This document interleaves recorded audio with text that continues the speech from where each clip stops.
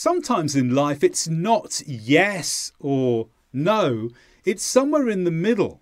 And in this video I'm going to give you some options to use when the answer is not simply yes or no.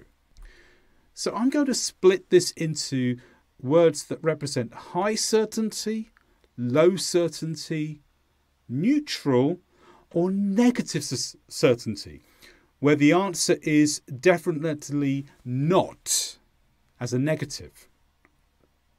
So let's start with the highest level of certainty, and this might surprise you. It's simply this: cell phones are good. Now notice that I've just used the verb to be on its own for the highest level of certainty. Why is that? Well, it's because that's what the present simple does, particularly the verb to be. It represents complete certainty. Do you remember in your grammar books they taught you that the present simple is for facts? And if you're presenting a fact, you're saying this is certain. This is the truth. Let's think about it with some other simple examples. The sun is hot. If I say the sun is hot, I mean there's no doubt about it. It's completely certain. It's only when you introduce other words that you reduce the certainty, even if those other words are indicating a high level of certainty.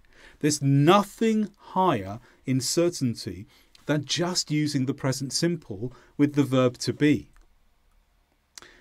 What are other verbs or phrases that indicate high certainty?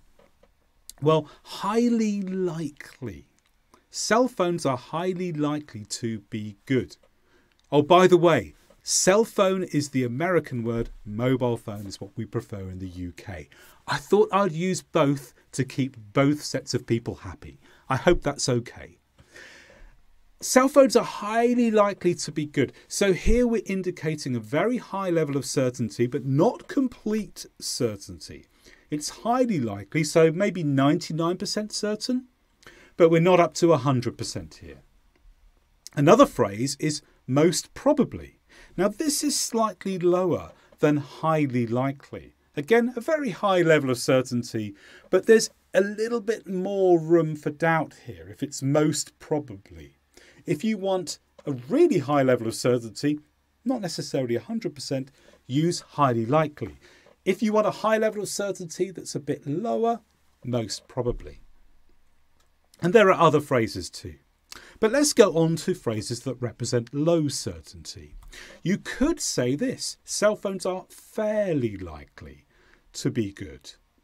Fairly likely means certainty is good, but there's a larger room for doubt here. But my certainty is higher than my uncertainty. You could replace fairly with many other words here. Reasonably likely, quite likely. These all represent a low certainty, but there's still more certainty than uncertainty. You could also simply say maybe. Cell phones may be good. There's some certainty there, but it's fairly low. It's more of a possibility. Notice here the words are separate. May and be are not together. And also are possibly. So are possibly, again, low level of certainty. In fact, here I'm not really that certain at all. It's just a possibility here. But I'm not suggesting for any moment that I'm really confident if I use this phrase. Now, some phrases don't indicate certainty or uncertainty, and you could use phrases like this: cell phones are neither good nor bad. So here the neither nor means I'm not taking any sides. I'm not saying it's good, I'm not saying it's bad. I'm in the middle. Or you could say there is no evidence that cell phones are good. And here I'm not indicating that I'm certain or uncertain. I'm just saying that we can't be certain because there's no evidence. Or you could say, I'm not sure if cell phones are good. Now, this has got a slightly more negative tone. Sometimes when people say this, they're actually saying that maybe it's the opposite.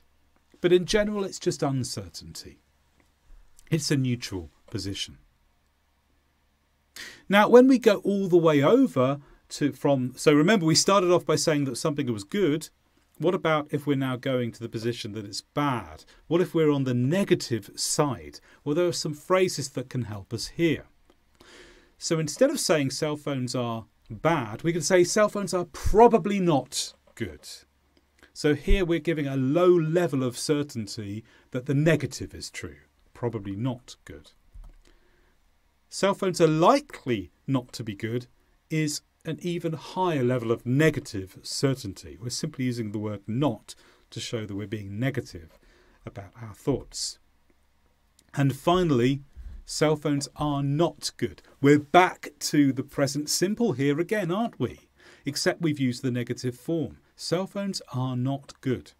Here we have complete certainty, but the certainty is the opposite of the statement because of the negative word.